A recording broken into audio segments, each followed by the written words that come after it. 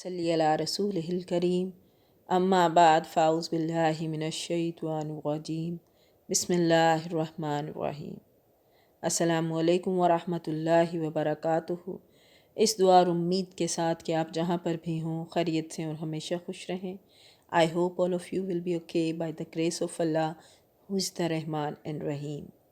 सूरह आल इमरान की आयत नंबर 81 का तर्जुमा हम आज पढ़ेंगे। और इससे पहली आयत में हमने पढ़ा कि ये नहीं हो सकता कि वो तुम्हें फ़रिश्तों और नबियों को रब बना लेने का हुक्म करे, यानी अल्लाह पाक।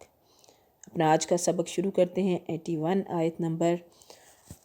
आऊज़ु बिल्लाहि मिनश्शैतानिर्रजीम बिस्मिल्लाहिर्रहमानिर्रहीम। शुरू अल्लाह के नाम से जो बड़ा मेहरबान निहायत रहम करने वाला है। In the name of Allah who is the Rahman and Rahim. Today we are going to read about the promise that Allah had taken from the prophets. अल्लाह ने जो नबियों से वादा लिया उसके बारे में आज हम आयत पढ़ेंगे।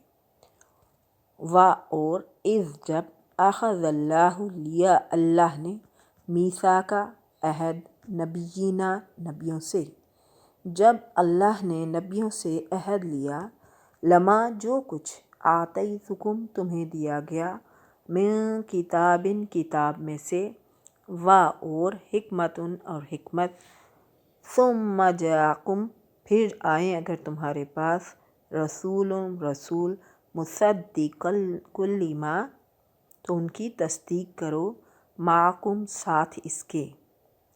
जब अल्लाह ने नबियों से अहद लिया कि जो कुछ मैं तुम्हें किताब व हिकमत दूँ और तुम्हारे पास आए रसूल, लिमा माकुम साथ इसके, लतुमिनुन्ना यानी उस पर ईमान लाएं, साथ दें, उसका इकरार करें, बिही वाला तंसुरुन्नहु और उसकी मदद करें। फिर वो तुम्हारे पास वो रसूल आए जो तुम्हारे पास की चीज़ को सच बताए तो तुम्हारे लिए इस पर ईमान लाना, लतुमिनुन्ना ईमान लाना, बिही साथ इसके, वा और ला तंसुरुन्नहु उसकी मदद करना ज़रूरी है।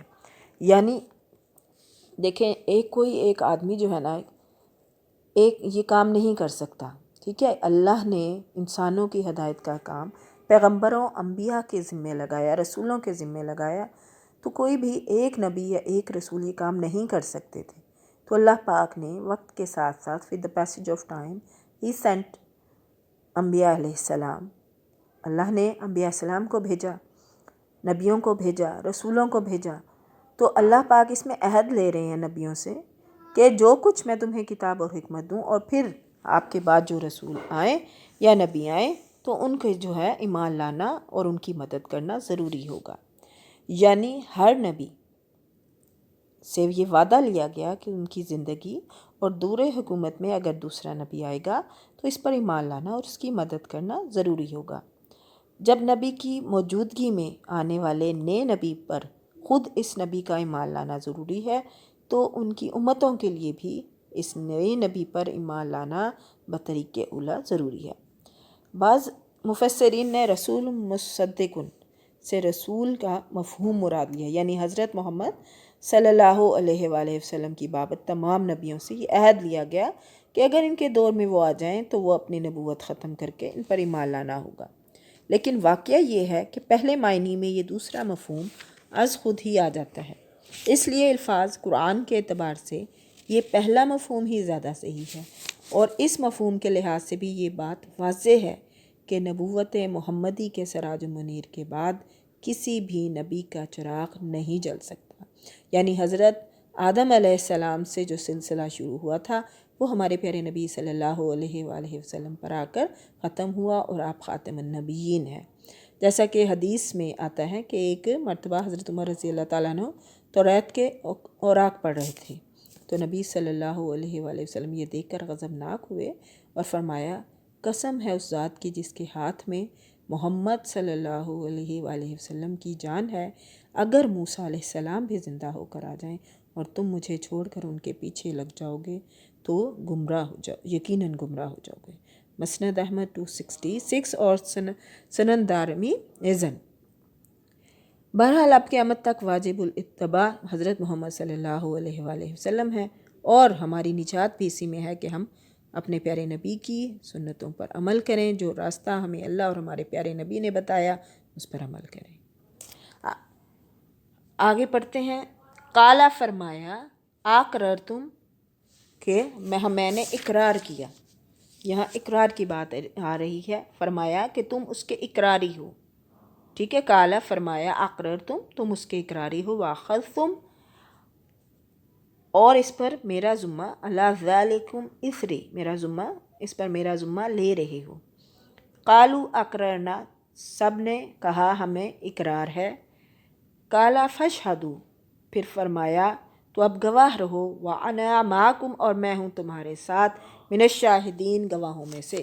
فمن تولا پھر اگر اس کے بعد جو پلٹ جائیں، فمن پھر تولا پلٹ جائیں، بعد اس کے ذالک فاولئک هم الفاسقون تو وہ یقیناً نافرمان ہیں۔ یہ اہل کتاب اور یہود و نصارہ اور دیگر اہل مذاہب کو تنبیہ ہے کہ بعثت محمدی کے بعد بھی ان پر ایمان لانے کی بجائے اپنے اپنے مذہب پر قائم رہنا اس عہد کے خلاف ہے جو اللہ تعالیٰ نے نبیوں کے واسطے سے ہر امت سے لیا، اور اس عہد سے انحراف کفر ہے۔